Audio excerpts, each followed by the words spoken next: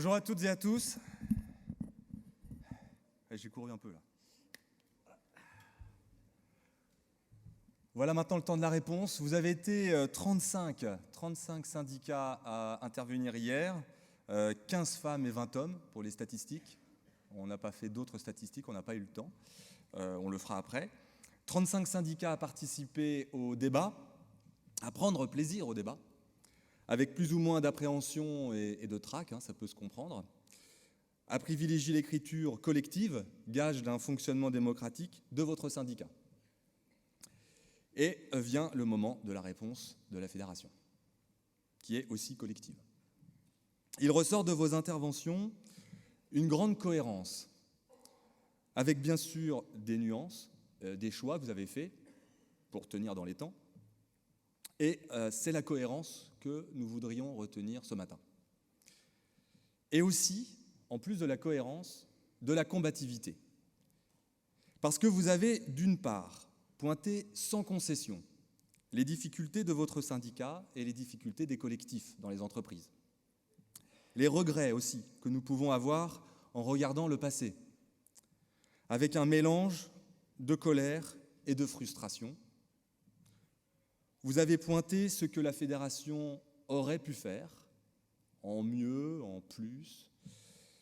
Et d'autre part, parce que vous n'avez pas fait que cela, et c'est pour ça qu'il y a de la combativité, vous avez aligné en face vos actions, vos initiatives, celles de la fédération qui sont un peu les vôtres aussi, car le plus souvent, une action fédérale est menée par des mandatés fédéraux dans les entreprises, des négociateurs de branche qui sont aussi des mandatés dans les entreprises et qui peuvent être d'ailleurs responsables de syndicats. Je pense qu'il y en a parmi vous dans la salle. Vous avez été plusieurs à parler d'opportunités et d'innovation. C'est des mots que nous avons entendus hier et ça fait du bien. La confiance aussi est là. Alors la confiance qui n'empêche pas le contrôle, on le dit souvent, et la confiance qui n'empêche pas la critique. Une critique bienveillante, merci, qui doit être acceptée quand elle est de bonne foi et juste, et donc nous l'acceptons. Alors beaucoup d'interventions ont souligné, en revanche, le climat de défiance, pas entre nous, mais une forme de défiance à l'égard des syndicats, du syndicalisme en général, plus généralement de tous les corps intermédiaires et de toutes les institutions. Le mouvement des Gilets jaunes en est l'image, mais pas seulement. Nous avons des difficultés à nous implanter. Il y a une forme de méfiance dans le salariat à notre égard, vous l'avez dit.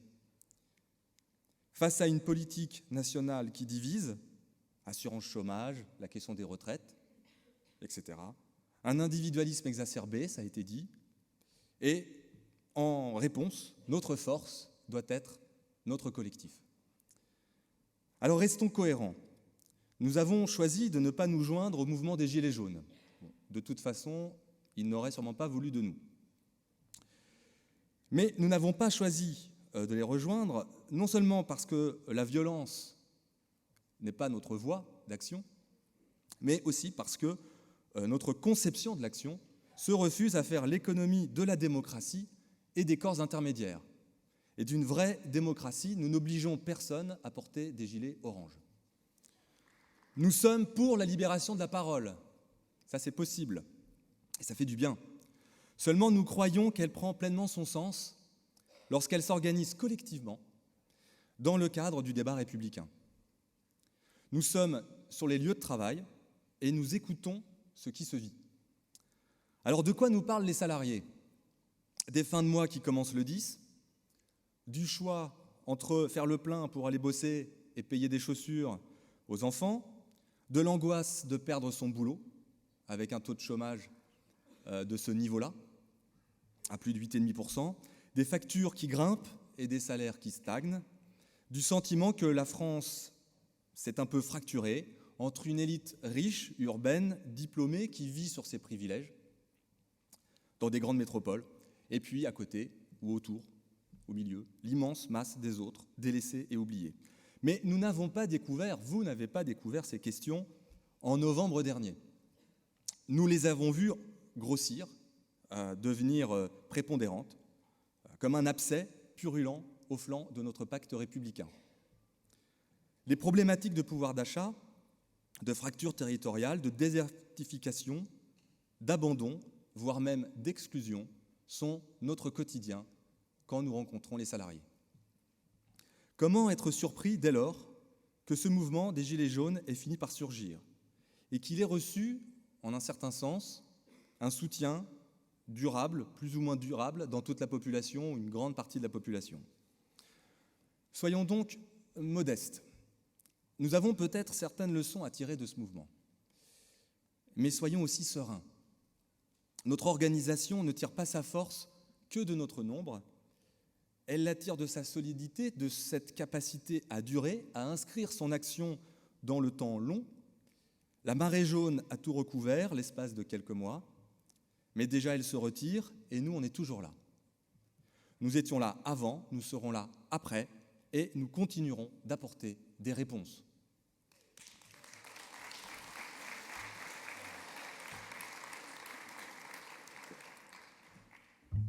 Car notre syndicalisme, c'est d'abord s'indigner, puis agir.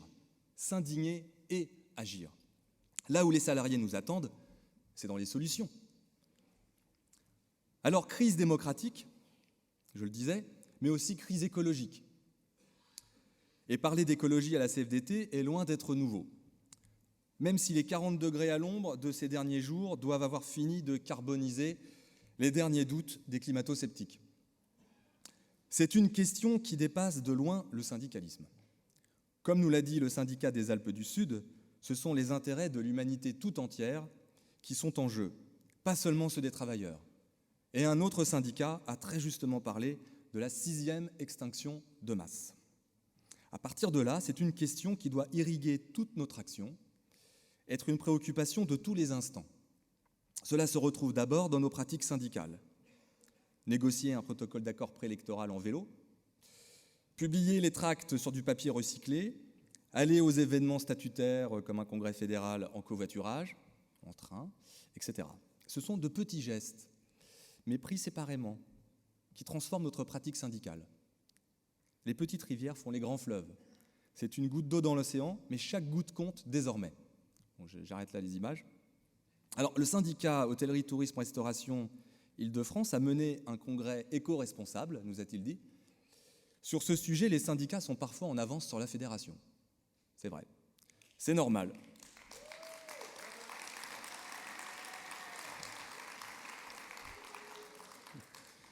C'est normal car la Fédé procède des syndicats.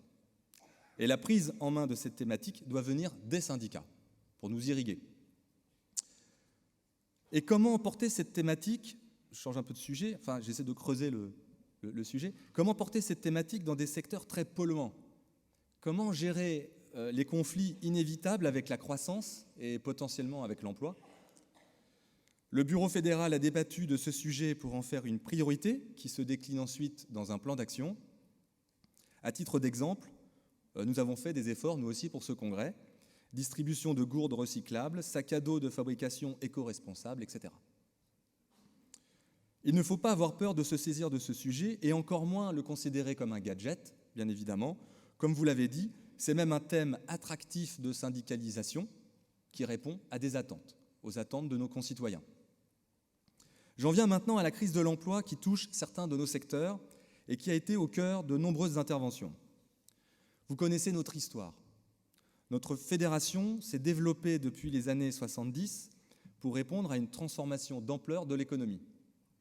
L'émergence des services, grande distribution, services aux entreprises, industrie du tourisme, restauration rapide, restauration collective, etc.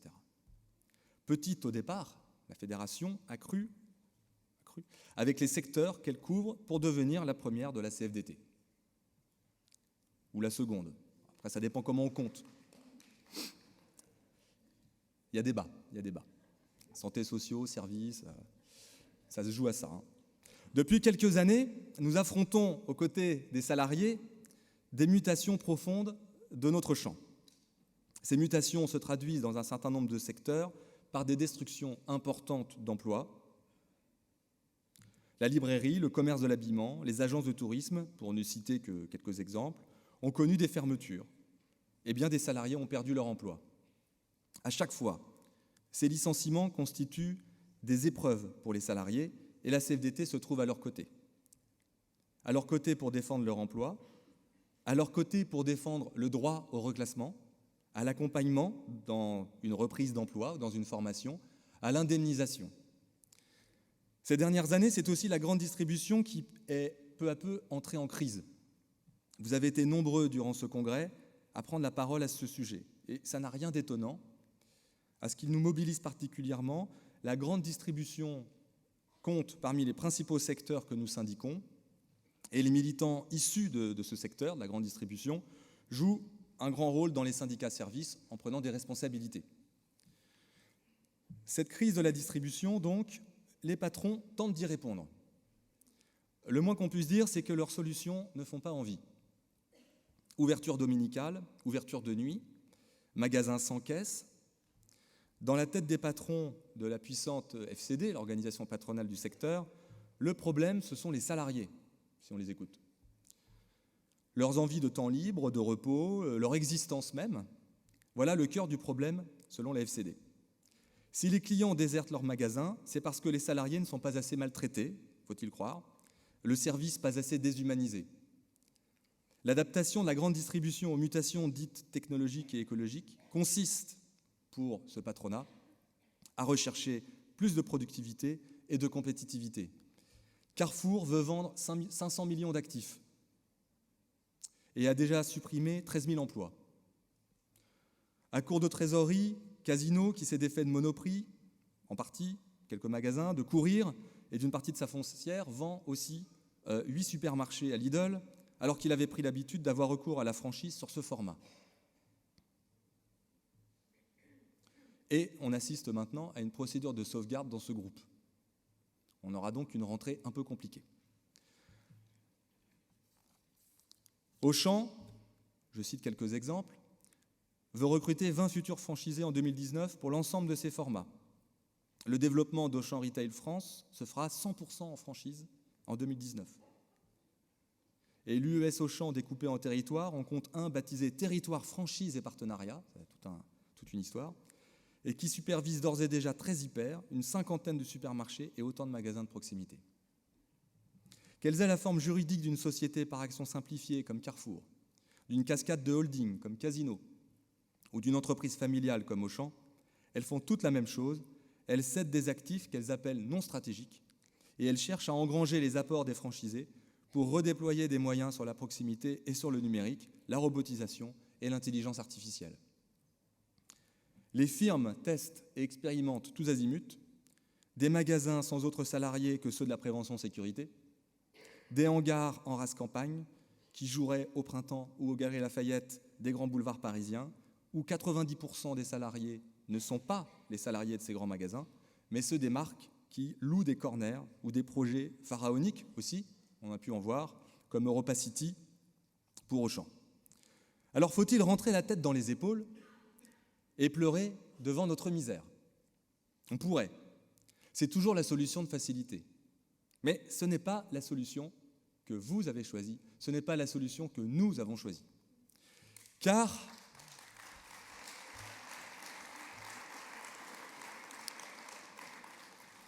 merci, c'est sympa. Il y a beaucoup de solidarité dans ce congrès. Notre rôle, c'est de trouver des solutions pour inventer un modèle du commerce qui ne détruit pas des emplois, qui préserve les temps de vie des salariés, qui leur accorde des conditions de travail et de rémunération décentes et qui reconnaissent leurs qualifications. Je vous l'ai dit mardi, je vous le redis là. L'industrie textile, un exemple qui vraiment est frappant, semblait moribonde, elle a surgi de ses cendres. Les librairies disparaissent les unes après les autres, enfin disparaissaient, et leur nombre a recommencé à augmenter. Si, comme le soulignait le syndicat de Côte d'Opale, les commerces de centre-ville continuent à disparaître par endroits, ailleurs ils renaissent, sous l'impulsion de politiques volontaristes que nous soutenons. Cœur de ville, etc. Toutes ces politiques d'animation des centres-villes. Alors, il faut le dire et le redire, les solutions existent, le déclin et les plans sociaux ne sont pas une fatalité. Mais, non ça va aller, j'ai bu là. Mais si elles existent, ces solutions ne naîtront pas d'elles-mêmes. Elles exigent d'abord de nous du travail, et nous ne sommes pas restés inactifs. Une série de rendez-vous ont ponctué le travail de la Fédération sur le sujet. Alors je vais vous donner quelques exemples, c'est une manière de répondre aussi aux syndicats qui nous ont dit qu'ils l'avaient peut-être moins vu, pas perçu, donc c'est important de regarder en arrière, et de se dire que l'Université fédérale de juin 2017 était consacrée aux transitions technologiques afin de faire un état des lieux et construire nos revendications. Le CNF de mars 2018, on a fait des ateliers sur l'intelligence artificielle, sur la robotisation, le management 3.0, les compétences à acquérir et les métiers de demain, et tous les impacts sur les conditions de travail. On a fait une table ronde, comment les acteurs de l'entreprise peuvent-ils être proactifs pour une digitalisation responsable ? Vaste question. On a fait une sectorielle logistique en octobre 2018, réunissant nos mandatés du secteur afin de se plonger dans l'avenir de leur activité. On a participé au groupe de travail d'experts européens en juillet 2018 sur le thème « Gérer avec succès les transitions dans le secteur du commerce en améliorant ou en promouvant l'éducation et la formation de tous les travailleurs » avec Uni-Europa. Et on a fait le tour des pratiques dans les principaux pays du continent et on en a rendu compte dans nos publications. Un des constats était d'ailleurs le retard important de la France sur cette question par rapport à d'autres pays. De plus, nous portons systématiquement la revendication en branche que soit renégocier les classifications pour prendre en compte les nouveaux métiers, ceux qui disparaissent, ceux qui apparaissent, pour avoir des conventions collectives qui collent à la réalité. Mais avoir des idées, de bonnes idées, ne suffit pas. Il faut du rapport de force pour les imposer, ou au moins pour convaincre. Je ne reparlerai pas ici de la syndicalisation, mais vous le savez comme moi, pour arriver à se faire entendre, il faut savoir peser. Le troisième volet d'une stratégie syndicale cohérente, c'est la sécurisation des parcours professionnels. Nous savons que nous n'arriverons jamais à empêcher toutes les suppressions d'emplois. Perdre son boulot peut être dramatique, ça peut être surmonté, à condition bien sûr que la sécurisation des parcours devienne une réalité. Vous connaissez ces piliers. Une formation tout au long de la vie pour permettre les changements de carrière, un accompagnement des salariés licenciés pour aider les reclassements, une juste indemnisation des périodes de chômage pour protéger les demandeurs d'emploi et leurs familles le temps de retrouver un travail. Dans un monde dont l'organisation économique semble être entrée en perpétuelle mutation, un régime d'indemnisation chômage généreux, en tout cas juste, est une des clés de la réussite de notre pays. C'est pour ça que la réforme Macron de l'assurance chômage est injuste et inhumaine. Elle est aussi une absurdité stratégique et politique. En durcissant les conditions de l'indemnisation d'une perte d'emploi, le gouvernement joue non seulement contre les salariés, mais contre la modernisation économique de notre pays. Et ça ne se joue d'ailleurs pas que sur l'assurance chômage. La réforme de la formation professionnelle témoigne elle aussi d'un certain amateurisme qui sape la sécurisation des parcours professionnels. Les réformes précédentes étaient bien le reflet de négociations interprofessionnelles. En revanche, la dernière fait fi des négociations et des points d'équilibre qui avaient été trouvés. C'était, après les ordonnances, la méthode de ce gouvernement. Vous allez en négociation, en attendant, nous préparons les réformes et nous ferons ce que nous voulons. La ministre du Travail a annoncé un Big Bang et pour la Fédération, c'est un beau merdier. Un mot qui m'a été suggéré, mais c'est aussi à vous entendre, hein. On n'a jamais vu une réforme d'une telle ampleur dans ce domaine se faire à un tel rythme, au risque de perdre tous les acteurs et en premier lieu les salariés, et puis aussi les négociateurs de branche. Ça a été un peu difficile. La Confédération l'avait dénoncé et le bilan 2019 risque de lui donner totalement raison. Depuis le mois de septembre 2018, les organisations patronales et syndicales se sont faites enfermer dans l'organisation de ces fameuses structures, les OPCO, les opérateurs de compétences. Alors, comment peut-on espérer que les salariés s'y retrouvent ?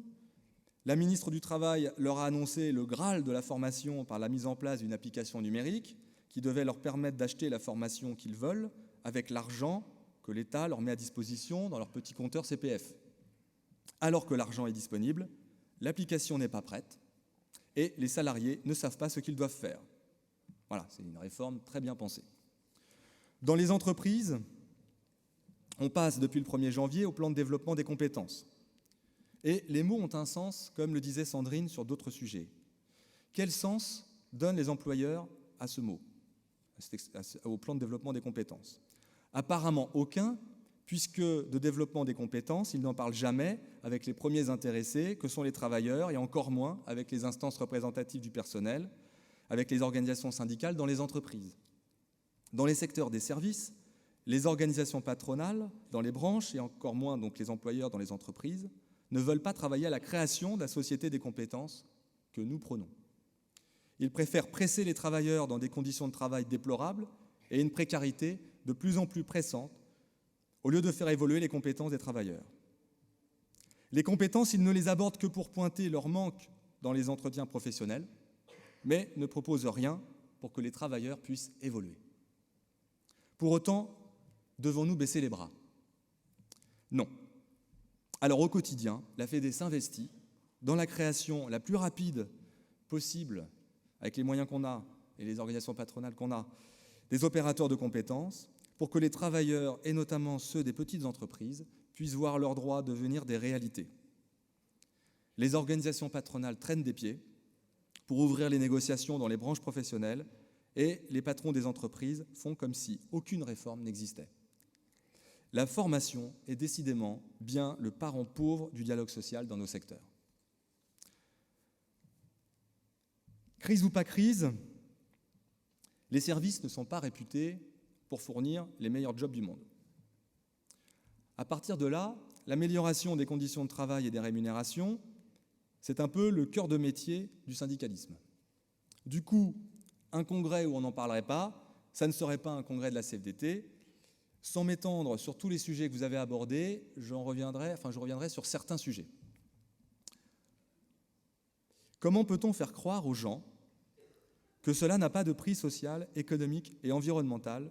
Le syndicat du Rhône, dans son mot d'accueil, a planté un débat important et largement repris dans vos interventions, l'élargissement du travail dominical et plus largement de la dérégulation des horaires. Vous avez souvent rappelé l'investissement des syndicats sur ces questions au niveau des territoires, où vous agissez beaucoup, nous le savons, en lien avec l'interprofessionnel. Et les dérégulations s'accélèrent, vous en avez témoigné. La dérégulation du travail du dimanche, intervenue dans la mandature par la loi Macron de 2015, a fortement marqué le commerce. Non seulement symbole de cette dérégulation des horaires, mais aussi entraînant souvent avec lui les salariés de la prévention sécurité et plus largement une partie de la société. Comme l'a bien dit le syndicat de Basse-Normandie, ce sont les clients, les consommateurs, qui forgeront la société de demain. Il peut être intéressant de les mobiliser, en tout cas de leur montrer qu'ils peuvent l'être, consommateurs. Et Macron, quand il était ministre, essayait de nous vendre ces dérégulations comme créatrices d'emplois. Résultat des courses, on a des plans de sauvegarde de l'emploi, enfin des suppressions de postes. Parce que, vous le savez, les entreprises tentent de profiter des nouveaux dispositifs dans ce domaine avec les ruptures conventionnelles collectives. De toute façon, Bercy est toujours incapable de nous donner des chiffres sur l'emploi à ce sujet. On a des réunions régulières à Bercy avec la Direction générale des entreprises depuis avant 2015. On n'a jamais de chiffres sur les emplois. C'est compliqué, les statistiques, etc.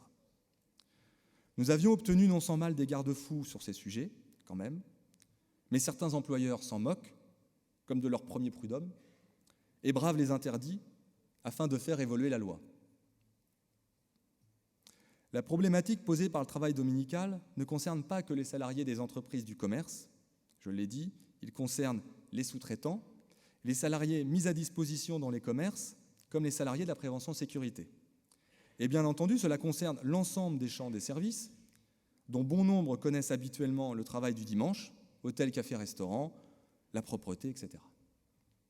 Nous revendiquons pour toutes et tous des contreparties, la mise en place d'un réel volontariat pour l'ensemble des salariés concernés et une possibilité, bien sûr, de revenir à un travail qui n'est pas le dimanche, ce qu'on appelle la réversibilité. Idem sur le travail de nuit et le travail de soirée, après une jurisprudence qui a empêché le commerce d'ouvrir pendant les plages horaires de nuit, les employeurs ont obtenu le travail de soirée, mais nous avons pu le circonscrire aux zones touristiques internationales et en contrepartie, une majoration doublée, un repos compensateur équivalent en temps. Cela n'aura pas suffi longtemps aux employeurs, puisqu'ils ont tenté dans la loi Pacte, d'obtenir un nouvel assouplissement des dispositions légales, et finalement, ça a été écarté. Dans la branche des entreprises, mais comme je vous l'ai dit hier, ou avant-hier, je ne sais plus, avant-hier, ça va revenir à la rentrée. Dans la branche des entreprises de services à la personne, il peut y avoir besoin d'une continuité de service la nuit pour les publics fragiles, les personnes en perte d'autonomie et les gardes d'enfants. Ça peut avoir lieu des nuits entières ou des parties de nuit, comme des interventions qui finissent tard pour des couchers ou qui commencent tôt pour des levées. Ces interventions ne sont pas payées, majorées dans la convention collective. Elles ne donnent droit qu'à un repos compensateur. Sans parler de la fameuse présence nocturne, qui consiste à passer la nuit chez le particulier, de dormir tout en étant en alerte pour intervenir si besoin, comme les permanents fédéraux, ce qui existe toujours dans la branche des salariés du particulier employeur et qui est rémunéré 1/6 minimum du salaire conventionnel, et ce qui existait dans les entreprises de services à la personne jusqu'il y a peu était rémunéré 20 € la nuit. 20 € la nuit. Une opportunité de renégocier en branche toutes les dispositions concernant le travail de nuit nous est offerte actuellement. Le plus dur est de faire reconnaître la pénibilité de ce travail de nuit qui ne rapporte rien de plus financièrement et n'est pas facilité dans son organisation. Les patrons se cachent derrière la concurrence de la branche du particulier employeur et surtout du travail clandestin qu'ils ne peuvent égaler. Les négociations avancent difficilement, notamment quand on parle de majoration de salaire, évidemment, prise en charge de taxis, le transport, etc. Comment faire avancer un secteur dans lequel les patrons prennent le besoin de prise en charge de nos enfants ou de nos aînés comme une excuse pour exploiter les salariés? Le travail de nuit doit avoir des limites de prise en charge pour protéger à la fois les salariés et les particuliers qui ont besoin d'aide à domicile. J'en viens aux rémunérations. Et je voudrais vous dire un mot sur les salaires minimums hiérarchiques, les SMH, les salaires minimums hiérarchiques. Alors pourquoi je fais une forme de petite parenthèse sur ça, sur les salaires minimums hiérarchiques? C'est parce que c'est vraiment d'actualité et ça va nous occuper bien après l'été, encore à la rentrée de septembre. Il n'y a pas de définition légale au salaire minimum hiérarchique. Alors, entre nous, on ne les appelle pas comme ça, on les appelle les salaires conventionnels, les minima de branche, voilà, on dit ça. Mais on appelle ça techniquement les salaires minimums hiérarchiques. Sur décision de la ministre du Travail, la Direction générale du travail rejette du bloc 1, qui contient les thèmes ou les dérogations par accord d'entreprise, où c'est pas possible, de déroger dans les entreprises. Donc la Direction générale du travail rejette du bloc 1 tous les compléments de salaire, selon une interprétation très restrictive de la loi de 2007, que nous ne partageons pas, évidemment. Et cette position politique est d'un cynisme absolu. Des discours sur le pouvoir d'achat, on en entend. Des leçons sur les partenaires sociaux qui ne seraient pas capables de se mettre d'accord, on en reçoit. Et lorsque la CFDT signe un accord salarial majoritaire dans la grande distribution alimentaire, après 2 années sans accord salarial, la ministre du Travail ordonne à son administration d'exclure le forfait pause des salaires minimums. Alors, je vous le dis très, très solennellement, à terme, c'est la mort de la branche. Si on offre aux franchisés et aux indépendants la possibilité de déroger aux compléments de salaire structurels et bien établis pour lesquels nous nous sommes battus pendant des années, si c'est la dérégulation salariale à tous les étages, que vont faire les adhérents des organisations patronales qui signent des accords, les employeurs? Ils vont les quitter, ces organisations patronales, pour ne pas appliquer les accords non étendus. Parce que quand ils sont adhérents à une organisation patronale, ils doivent appliquer les accords que leur organisation patronale signe. Par conséquent, quel sera l'intérêt de ces organisations patronales à s'engager pour défendre leurs adhérents des non-adhérents Donc vous voyez bien la suite. C'est la mort de la branche si l'ordre social professionnel laisse la place au désordre concurrentiel. La Fédération des services a d'ores et déjà décidé de contester l'arrêté dans la grande distribution qui renvoie le forfait pause au bloc 3, donc à la possibilité de déroger par accord dans les entreprises, et pour lequel nous partageons les craintes du syndicat corse sur les accords signés sans délégués syndicaux. Et comme la Fédération Chimie-Énergie a la même rage dans l'industrie pharmaceutique, la FGTE pour la prime, la Fédération Générale du Transport et de l'Environnement, pour la prime conventionnelle des chauffeurs routiers, la FG2M aussi, qui a un accord pareil dans les mêmes termes, la rentrée s'annonce chaude et unie entre les fédérations CFDT sur ce sujet. Nous aurons besoin malgré tout d'une prise de conscience des militants en entreprise, de la nécessité d'agir au niveau de la branche pour la conservation de la branche. C'est pas simple, mais qui a dit que c'était simple? Le syndicalisme. Je crois que c'est le syndicat de Haute-Normandie qui posait la question. Donc la réponse est non, c'est compliqué. Mais c'est très important que les militants dans les entreprises, à la rentrée, puissent se mobiliser sur ce sujet, même si c'est un sujet conventionnel, c'est-à-dire qui concerne tout le secteur. Si nous n'arrivons pas à mobiliser les militants de la grande distribution dans les entreprises pour protéger leurs conventions collectives et se protéger des franchisés, des indépendants, des réseaux d'exploitants indépendants, alors vraiment on a beaucoup de craintes sur l'avenir de cette convention collective. Mais le pouvoir d'achat, ce n'est pas uniquement lié au salaire. Les dépenses de déplacement et de logement, principalement dans nos secteurs, obligent un grand nombre de nos salariés à utiliser leur véhicule ou plusieurs modes de transport. Cela crée des coûts incompressibles qui réduisent le reste à vivre. Une expression qui a été plusieurs fois utilisée. Rappelons qu'en France, 7 travailleurs sur 10 prennent leur voiture chaque jour pour aller au travail et que la moitié parcourt plus de 15 km. Le transport est le premier poste de dépense pour un ménage, devant l'alimentation et le logement. Et pour répondre à ce défi, la CFDT a fait des propositions pour rendre obligatoire la négociation des plans de mobilité dans les entreprises. Elle propose également des plans inter-entreprises pour les plus petites entreprises. Ça, c'est plus compliqué pour nous, syndicalistes, mais il faut y penser. On a d'autres propositions, comme les aides financières aux mobilités durables et actives, des aides financières aux travailleurs utilisant plusieurs moyens de transport, des soutiens financiers aux travailleurs obligés d'utiliser leur véhicule pour aller travailler. Il s'agit pour nous de réduire le coût des trajets domicile-travail, à la fois pour les travailleurs et puis pour sauver la planète. Le projet de loi mobilité, adopté par l'Assemblée nationale en juin, prévoit l'inscription de la question des déplacements des travailleurs parmi les négociations obligatoires à mener dans les entreprises de plus de 50. Donc vous avez un sujet en plus. Des accords devront être trouvés sur la manière dont les employeurs s'engagent pour faciliter les trajets de leurs salariés, aménagement d'horaires ou d'équipes, télétravail, facilitation de l'usage du vélo ou du covoiturage, prise en charge d'une partie des frais. Cet accompagnement pourra prendre la forme d'un titre mobilité sur le modèle du ticket restaurant, pourquoi pas. Saisissons-nous de cette opportunité, un mot que vous avez joyeusement utilisé. J'en viens au dialogue social en entreprise. Porter des améliorations du travail et des rémunérations, cela passe par des instances représentatives du personnel en bonne santé. La crise de la démocratie que j'évoquais tout à l'heure, ce n'est pas un concept. Nous la vivons au quotidien. Le dialogue social en entreprise a été largement exploré dans vos interventions, creusé dans vos interventions, et la situation nous inquiète, tous. Officiellement, la mise en place des CSE invitait les partenaires sociaux à définir leurs objectifs pour un dialogue de qualité. On a vu ces derniers mois qu'il y avait loin des paroles aux actes. Les organisations patronales, c'est du Dalida, je ne vous chanterai pas, mais c'est parole, parole. Non.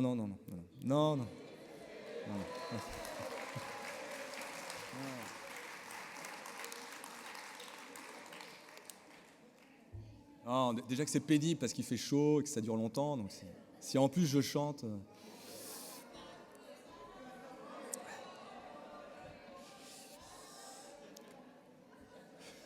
Mais vous pouvez chanter si vous voulez. Hein.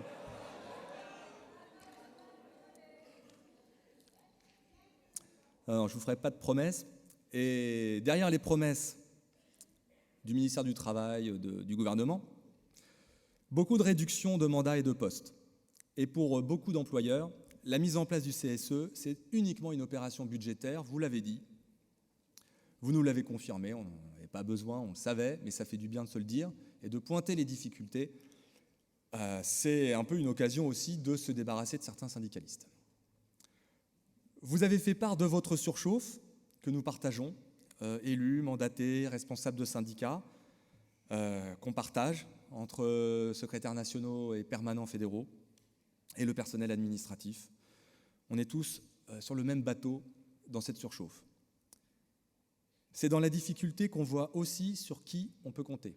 Et malgré des contraintes de temps, de ressources militantes, nous tenons bon. Nous restons solidaires. Vincent l'a dit, tout seul on va plus vite, ensemble on va plus loin. Ce principe, je crois qu'on le partage tous ici. Il est l'un des ciments les plus solides de la CFDT. De ce point de vue-là, les camarades du Finistère ont raison de le dire, il ne peut y avoir de tourisme électoral démandaté. La CFDT, ce n'est pas une franchise où on se pointe tous les 4 ans pour obtenir la marque avant de disparaître jusqu'à la prochaine élection.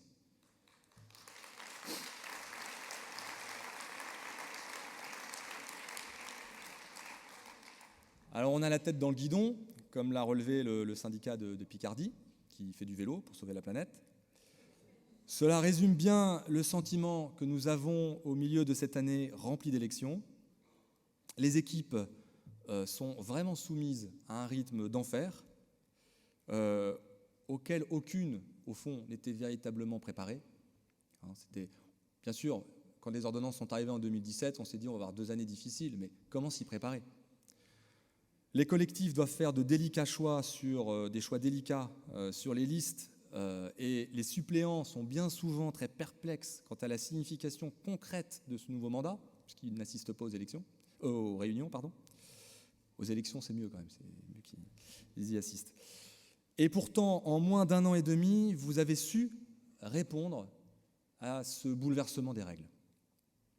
Nous avons relevé ensemble cet immense défi pour les syndicalistes que nous sommes. Vous avez su vous ajuster à ce changement des règles du jeu. Nulle part, dans aucune entreprise, les militants de la Fédération des services n'ont renoncé, et dans vos syndicats non plus. Partout, nous nous battons pour maintenir et développer le dialogue social, coûte que coûte, dans les entreprises. Et nous ne mélangeons pas les problèmes. La mise en place du CSE, il y a des problèmes. Et de l'autre côté, le tripatouillage des périmètres des instances représentatives du personnel, c'est un autre sujet et qui ne date pas d'hier. Mais c'est à ce tripatouillage que l'on doit aussi la perte de moyens que vous avez rappelée. Oui, on la doit aussi aux entreprises qui ont profité de la mise en place du CSE ou des CSE pour modifier le périmètre des instances. Là où avant nous avions des CE au niveau des régions, voire au niveau des établissements, il est courant que soit mis en place un unique CSE national. Et ces petites combines sur les périmètres augmentent souvent la casse en élus et en heures de délégation. Surtout, ça signifie toujours la perte du dialogue social de proximité, vous l'avez dit, alors que nous sommes très attachés à ce syndicalisme de proximité.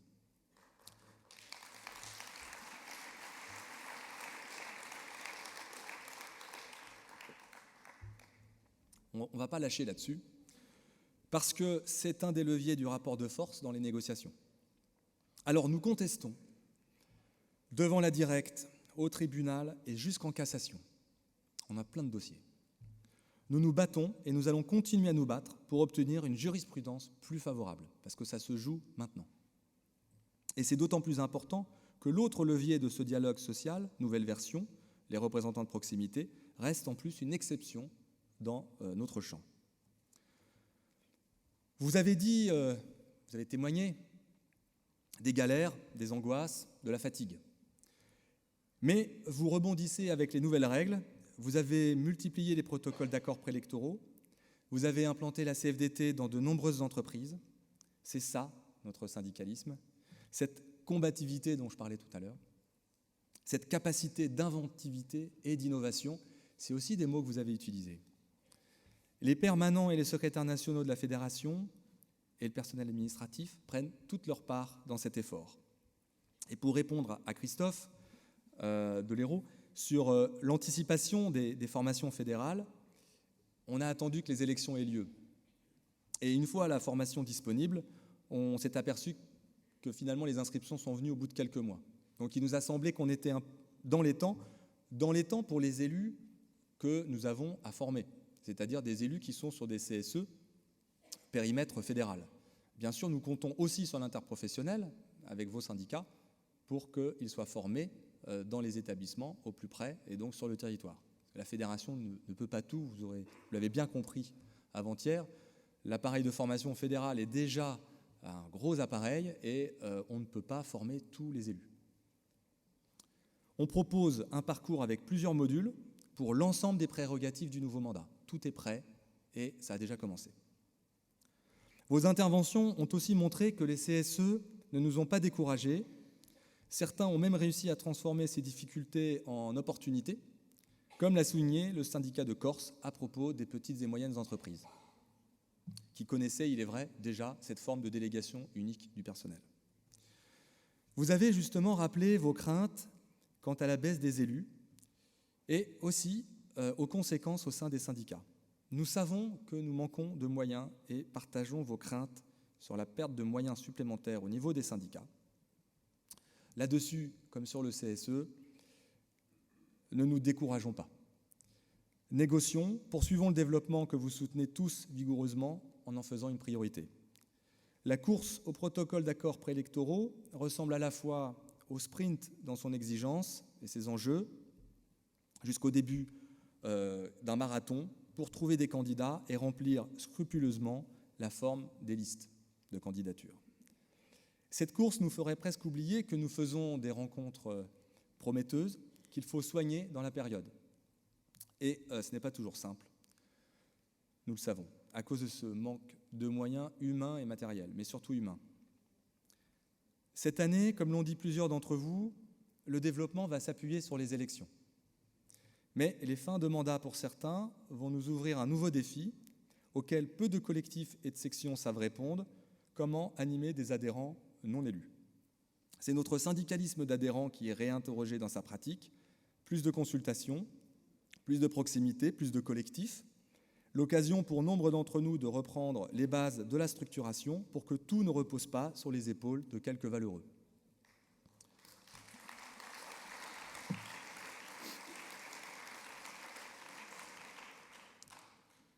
Ça pose aussi la question de l'après, une fois qu'on aura mis en place tous ces CSE. Qu'est-ce qu'on fait au 1er janvier 2020 ? Plus de protocole d'accords préélectoraux pour faire du développement pendant 3 ans. Donc entre cette date et 2021, il va falloir redoubler de créativité et de convivialité aussi pour donner à notre syndicalisme le souffle qu'il mérite. Et ça, c'est pour après, cet après-midi. La perte de nombreux mandats et le non-cumul dans le temps, donc je reviens à ces conséquences que vous avez pointées, vont nous obliger à mettre le paquet sur la question des parcours syndicaux. Nous avons toujours porté au service la valorisation des compétences des élus et mandatés. On l'a toujours dit, on l'a toujours porté, mais soyons honnêtes, les maigres mesures arrachées dans les accords sont symboliques et la plupart du temps non respectées. Nous le savons. Il peut être en plus compliqué pour nos militants de se lancer dans un processus de validation des acquis syndicaux. Alors il faut savoir positiver les bonnes nouvelles sur le sujet. Dans le mandat, plusieurs de nos militants ont entamé des démarches pour valoriser leur parcours syndical et ces initiatives ont été couronnées de succès. Je pense par exemple à Sandrine, chez O2, qui fait partie de la première session de certification des acquis avec l'AFPA. Elle vient de nos secteurs.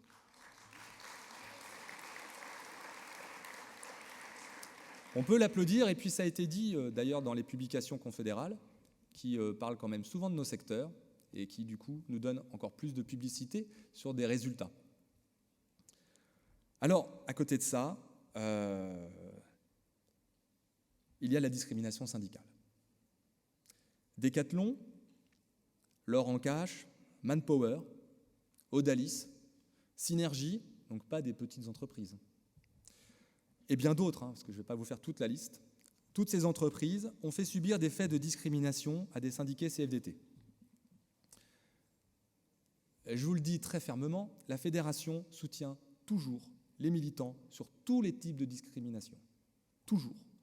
Et particulièrement celui de la discrimination syndicale. C'est dans notre rapport d'activité, vous trouverez des éléments. Alors on n'a pas tout cité, mais ça fait beaucoup de dossiers. C'est dans notre résolution de 2015, et c'est pour ça que de toute façon on en parle dans notre rapport d'activité, c'est dans la résolution de 2019, vous l'entendrez cet après-midi. Nous prenons très au sérieux les discriminations syndicales. Nos juristes sont formés sur ce sujet. On forme aussi nos militants. On a un réseau d'avocats. C'est ainsi que nous avons participé avec la Confédération à des formations particulières à l'Institut supérieur du travail sur la discrimination syndicale. Ensemble, nous travaillons aux méthodes de construction d'un dossier discrimination idéal pour essayer d'obtenir gain de cause devant les juridictions compétentes, parce que ça se prépare. Et il faut un peu de professionnalisme, parce que vous le savez, les tribunaux ne sont pas toujours très courageux quand il faut reconnaître ce type de discrimination. C'est pour ça qu'avec les autres organisations CFDT, nous mutualisons également nos connaissances et nos retours d'expérience sur chacun des dossiers. Chacun des dossiers, il y a un retour d'expérience. Il faut constamment tirer les leçons de chaque échec, parce que malheureusement on en a, pour ne pas retomber dans certains pièges que sait tendre l'employeur, et sur chaque succès, identifier les points qui ont convaincu les juridictions de condamner. Chacun d'entre nous sait les dommages que peut engendrer la discrimination. Les salariés élus qui ne sont pas reconnus par les juridictions peuvent quitter le combat. D'autres qui ont été reconnus dans leur préjudice quittent l'entreprise dans laquelle ils avaient subi ces agissements, car ils ne veulent pas revivre ce calvaire, on peut comprendre, on ne va pas les blâmer. La discrimination syndicale est cruelle pour celui qui l'a subie. Double peine, nous en payons aussi le prix en termes de syndicalisation.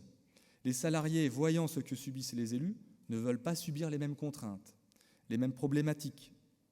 Ils n'adhèrent pas ou ne se présentent pas en qualité de candidats, même sans étiquette.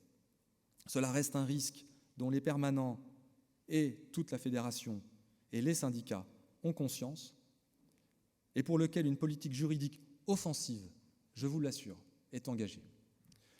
La fédération attache donc un intérêt particulier à lutter contre cette infraction et il en va d'abord de continuer à mériter la confiance que les élus et les mandatés nous accordent, de la crédibilité, il en va de la crédibilité de la CFDT, de défendre les salariés, notamment ceux qui portent des mandats, pour permettre la pérennité de chaque salarié engagé, de chaque élu, de chaque section syndicale, de montrer que le réseau CFDT qui entoure chaque adhérent est un réseau qui fonctionne et qui permet de mettre en place des éléments de protection pour chacun.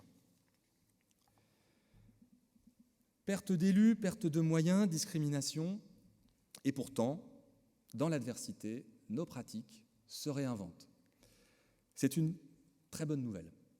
Vos interventions ont été l'occasion d'une belle moisson d'innovation, j'insiste sur ce terme, c'est vous qui l'avez utilisé, des innovations dans nos pratiques syndicales. Parrainage de sections proposé par l'ISER, actions au sein des CFA, remontées par les Alpes-Maritimes pour les apprentis. Non seulement notre syndicalisme est riche de son expérience, mais il est encore fécond et créatif. Parfois, nous savons que nous allons devoir faire autrement, sans avoir encore les solutions clés en main. Le résultat de l'élection des très petites entreprises et des salariés du particulier employeur n'a satisfait aucun d'entre nous. Nous devrons être plus stratégiques pour être plus efficaces, mais la proximité avec ces très petites entreprises, avec ces salariés des très petites entreprises et auprès des salariés du particulier employeur, cette proximité ne peut être réalisée sans le maillage territorial de ces syndicats et sans un vigoureux investissement de l'interprofessionnel.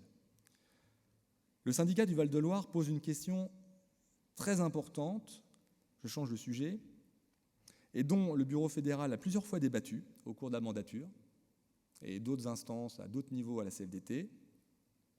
Ne devrions-nous pas syndiquer les auto-entrepreneurs ?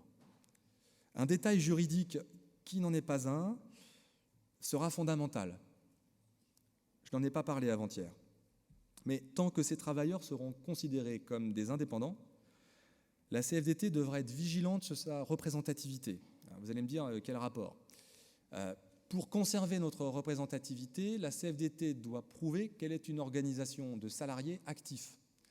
Si nous avons beaucoup d'adhérents retraités, indépendants, qui ne sont du coup pas salariés actifs, ça peut remettre en cause notre statut d'organisation syndicale représentative des salariés. Bon, d'ici à ce qu'il y ait plus d'auto-entrepreneurs adhérents que d'adhérents, on a du temps, mais il faut quand même être assez vigilant là-dessus. Et ne limitons pas la question à l'adhésion des auto-entrepreneurs. Leur multiplication n'est pas que le résultat d'une stratégie patronale. Elle témoigne aussi d'un désir d'indépendance et d'autonomie que le salariat n'arrive pas à combler aujourd'hui. Cela dit, pour répondre à certaines craintes de syndicats qui se sont exprimés sur le sujet, ce n'est pas non plus la fin du salariat pour demain. Un rapport du Conseil social, économique et environnemental, il y a quelques années, assez récent, a démontré que le salariat occupait toujours 90% des actifs et que finalement, il y avait un turnover des auto-entrepreneurs, des indépendants, mais on n'avait pas une croissance folle. C'est un rapport vraiment très, très intéressant du CESE, qui a été d'ailleurs porté par une ancienne responsable CFDT, Sophie Thierry. Et autre exemple parlant, qui a été partagé au cours du déjeuner hier, aux États-Unis, on pourrait se dire, aux États-Unis, le salariat, en fait, la société américaine est plutôt portée sur l'indépendance, etc., l'autonomie. Eh bien, l'année dernière, il n'y a jamais eu autant de salariés et si peu d'indépendants, parce que le salariat, tout simplement, offre des garanties. Et ces garanties-là seront toujours considérées comme plus intéressantes, plus positives que l'indépendance, moins risquée. Et puis, c'est un autre état d'esprit. Donc, il y aura toujours des indépendants, mais ce n'est pas du tout la mort du salariat, pour vous rassurer. Je change de sujet. Très, très vite, trois sujets, trois petits sujets, enfin petits, que je n'ai pas su mettre dans des cases, en fait. Sur la question du bureau fédéral, alors, 3 syndicats ont regretté de ne pas recevoir les comptes rendus des réunions du bureau fédéral, mea culpa. On les mettait sur l'intranet, visiblement il y avait des problèmes d'accès. Je l'avais entendu une fois lors d'une CORES, je pensais que c'était réglé, que les codes avaient été donnés. Bon, on fera mieux la prochaine fois, c'est-à-dire à partir de maintenant. Parce que de toute façon, il n'y a pas de problème sur la publicité des décisions qu'on prend. Alors cela dit, les débats du bureau fédéral, ça évolue à chaque réunion. Il en ressort des débats d'actualité revendicative qui peuvent être un peu décalés avec l'actualité quand vous recevez le compte-rendu 2 mois plus tard, puisqu'il faut un peu de temps pour le produire, mais aucun problème. On pourra même se dire qu'on fera des extraits de relevés de décision de manière à ce que le relevé de décision arrive très très vite dans les boîtes mail et puis ensuite, pour, la teneur des débats, ça sera envoyé au moment où le compte-rendu sera approuvé. Autre sujet, en réponse aux syndicats des mouvements et associations d'Île-de-France, la fédération est ravie que les liens avec le syndicat se réchauffent. Ce sentiment est totalement partagé. La fédération partage néanmoins son inquiétude quant à la possibilité de donner plus de place aux échanges avec ce secteur. Une délégation de la fédération participait la semaine dernière à un rassemblement des délégués du Secours catholique, j'étais avec cette section, qui recevait Laurent Berger. On s'est bien rendu compte que c'était difficile pour ce public de se déplacer, de se retrouver, de se réunir. Il faut des moyens. D'ailleurs, ils expliquaient que c'était de toute façon impossible pour le syndicat d'organiser de manière régulière une réunion comme ça nationale des adhérents. Donc, pourquoi pas un partenariat avec la fédération, parce que ces salariés n'ont pas de convention collective et ils ont très peu de moyens, évidemment pas de droit syndical, peu de temps syndical. Alors, sauf dans les diocèses, et ça a été dit, où la convention collective est encore sur les fonds baptismaux. C'est pas de moi. Je vais balancer. Les rencontres régulières avec ce collectif sont appréciées des participants à la fédération. Ils sont toujours très contents d'elles. C'est beaucoup plus de femmes que d'hommes sont très contentes de se réunir à la fédération. Et dans le projet de résolution qui vous sera présenté tout à l'heure, vous verrez, nous serons amenés à repenser les conseils de branche. On en reparlera cet après-midi, je ne veux pas trop m'étendre sur ce sujet. Mais ça illustre le problème que nous avons avec les conseils de branche. Malgré nos sollicitations, les conseils n'ont pu se tenir faute de participants, ça a été dit. Les mêmes difficultés d'ailleurs n'ont pas permis aux jeunes de ce secteur conviés au rassemblement de participer. Des rassemblements sectoriels pourraient sans doute permettre plus de souplesse pour que des échanges de qualité puissent émerger, peut-être secteur par secteur au sein des mouvements et associations. Et puis, dans nos rêves les plus fous, on pourrait imaginer un supplément de branche. Donc, rêvons un peu. J'en viens à ce lien entre les syndicats et les coordinations nationales. Mais non, c'est un vrai sujet. Le jour, c'est impossible. Il n'y aura pas un congrès de la fédération où on ne parlera pas du lien entre syndicats et coordination nationale. Moi, je me souviens d'ailleurs de mon premier conseil national fédéral. J'avais été frappé par ce dialogue un peu compliqué entre des syndicats qui expliquaient que quand même c'était important d'avoir la visibilité sur les coordinations nationales et les coordinations nationales qui bien sûr disaient ce serait quand même bien qu'on ait de la visibilité sur ce qui se passe dans les syndicats. Enfin, c'est vraiment quelque chose de structurant à la Fédération des services. C'est ce lien entre les syndicats et les coordinations nationales. N'hésitez pas d'ailleurs à vous expliquer au niveau de l'interprofessionnel pour savoir un petit peu ce qui se pratique dans les autres fédérations. Ça peut toujours être utile, nous le faisons. Alors dans les autres fédérations, souvent on parle d'inter, je vous le dis, parce que c'est aussi ça un congrès, c'est l'occasion de partager un peu de culture syndicale CFDT. Les autres fédérations parlent d'inter. À la Fédération des services, on parle de coordination nationale de section. C'est aussi pour mes camarades des autres fédérations qui sont ici, qu'il faut qu'ils comprennent un peu nos débats, parce que sinon ils vont... Alors, ça a été rappelé par le Tarn, le Val-de-Loire et Ariège, Gers, Midi-Toulousain, je ne me suis pas trompé, à GMT. Nous avons beaucoup œuvré durant la mandature pour créer, maintenir et développer les liens entre les coordinations nationales et les syndicats, entre les sections nationales et les syndicats. Parce qu'il y a aussi des sections nationales. Vous avez des délégués syndicaux qui ne sont pas des délégués syndicaux centraux. Vous pouvez avoir dans une entreprise juste 2 délégués syndicaux et ils doivent animer tous les adhérents sur toute la France. Il n'y a pas de délégué syndical d'établissement parce que tout simplement, il n'y a pas d'établissement qui serait assez grand pour qu'il y ait une section syndicale avec un délégué syndical. Donc c'est compliqué. Et puis il y a aussi les liens entre les coordinations entre elles. Alors du coup, on a imaginé des sectoriels et ça marche plutôt bien. Mais il reste beaucoup à faire. Là, voilà, je vous le dis, il reste beaucoup à faire. La fédération devra toujours être très vigilante. Et quand je dis la fédération, ce sont les permanents fédéraux en premier qui suivent les mandatés fédéraux. Et je peux vous assurer qu'ils transmettent les consignes et qu'ils sont exigeants, au risque d'énerver les militants, parfois eux-mêmes agacés par notre structuration. Alors, ne nous accablons pas les uns les autres, entre mandatés fédéraux et responsables de syndicats. D'ailleurs, parfois, on a la double casquette, donc c'est un peu compliqué, on se bagarre avec soi-même. Il y a vraiment de la bonne volonté, et ça, on peut se le dire. La plupart du temps, il y a de la bonne volonté. Finalement, je crois que c'est le temps qui nous manque. Et puis, parfois, les bons contacts aussi. Donc, il ne faut pas hésiter à demander à la fédération les bons contacts. Et nous donnons les bons contacts aussi dans les syndicats. On ne donne pas que le portable du secrétaire de syndicat, parce que si tous les mandatés fédéraux l'appellent sur son portable, il ne pourra pas faire son travail. Donc, on essaye de structurer tout ça, d'organiser un peu le travail. Tout ne peut pas se régler par portable. Donc, ça demande un certain boulot, une certaine animation, une certaine structuration des équipes. Et je vous assure qu'on fait le maximum. Je pense d'ailleurs que ces dernières années, ça s'est plutôt amélioré. En tout cas, dans les expressions hier et avant-hier, on n'a pas senti que ça s'était dégradé. Simplement, il faut continuer à être très vigilant. L'appli adhésion que nous avons créée, elle facilite l'aiguillage des adhérents vers le syndicat compétent. Je pense que ça va être aussi très utile.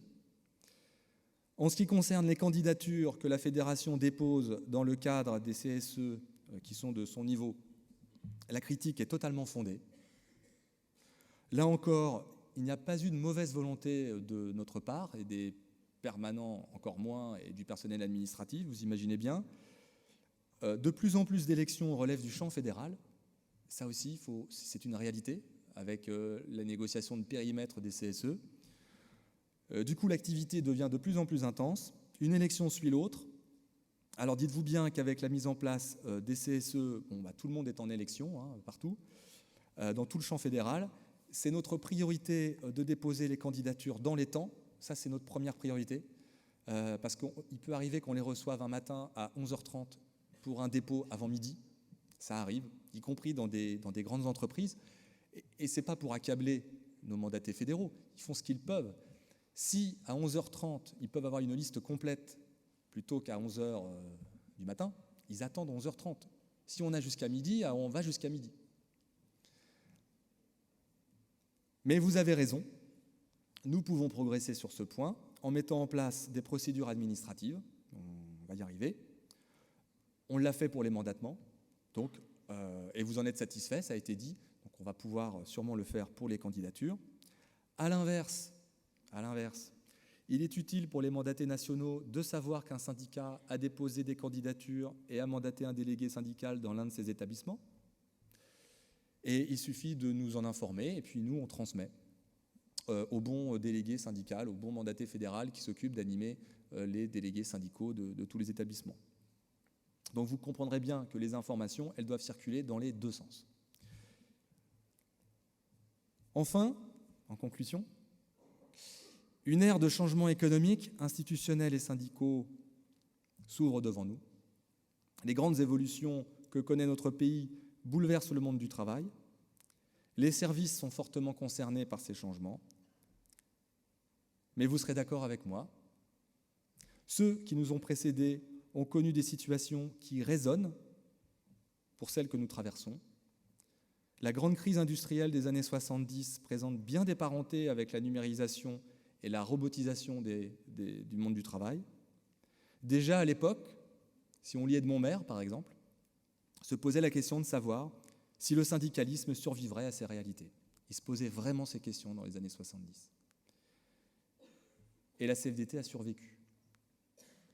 Elle a survécu, elle s'est même transfigurée dans un pays qui s'est lui-même transfiguré. Comme les militants CFDT de cette époque, nous devons traverser la tempête sans céder à la démagogie, ça a été dit hier, sans céder à la démagogie en restant nous-mêmes, sans céder aux facilités du plaisir de s'écouter parler.